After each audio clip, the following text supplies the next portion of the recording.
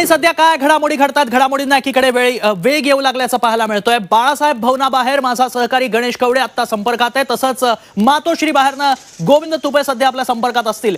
गणेश, सगळ्यात आधी तुमच्याकडे येतोय, सध्या काय वातावरण आहे? कारण सगळ्या आमदारांना बोलवण्यात आलेलं आहे ते बाळासाहेब भवनाच्या इथे।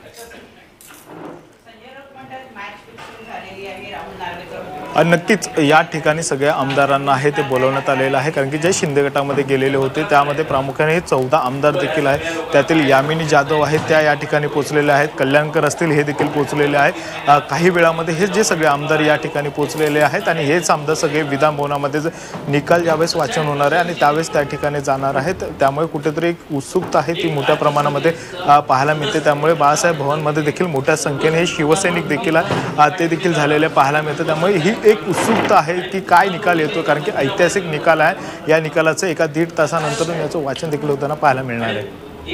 नक्कीच गणेश, तू आमच्यासोबत असंच राहा। मला गोविंदकडे जायचंय। गोविंद, मातोश्री बाहेर सध्या काय वातावरण आहे? नक्कीच मातोश्री बाहेर जे आहे तो पोलिसांचा बंदोबस्त वाढवण्यात आलेला आहे। त्याचबरोबर मातोश्रीच्या आतमध्ये जर बघितलं तर शिवसेनेचे जे काही नेते आहेत त्यामध्ये खास करून संजय राऊत असतील, विनायक राऊत असतील, रवींद्र वायकर असतील, हे या ठिकाणी मातोश्रीमध्ये आलेले आहेत। उद्धव ठाकरेंसोबत त्यांची चर्चाही सुरू असल्याचं कळतं आहे।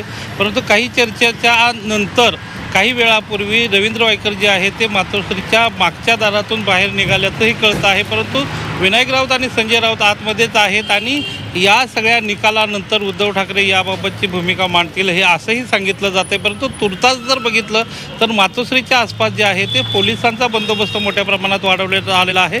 कदाचित शिवसैनिक या निकालानंतर मातोश्रीच्या बाहेर जमतील अशी ही शंका या ठिकाणी वर्तवली जाते। तुर्तास तरी फक्त या ठिकाणी पोलीस बंदोबस्त मोठ्या प्रमाणात असल्याचं दिसतंय।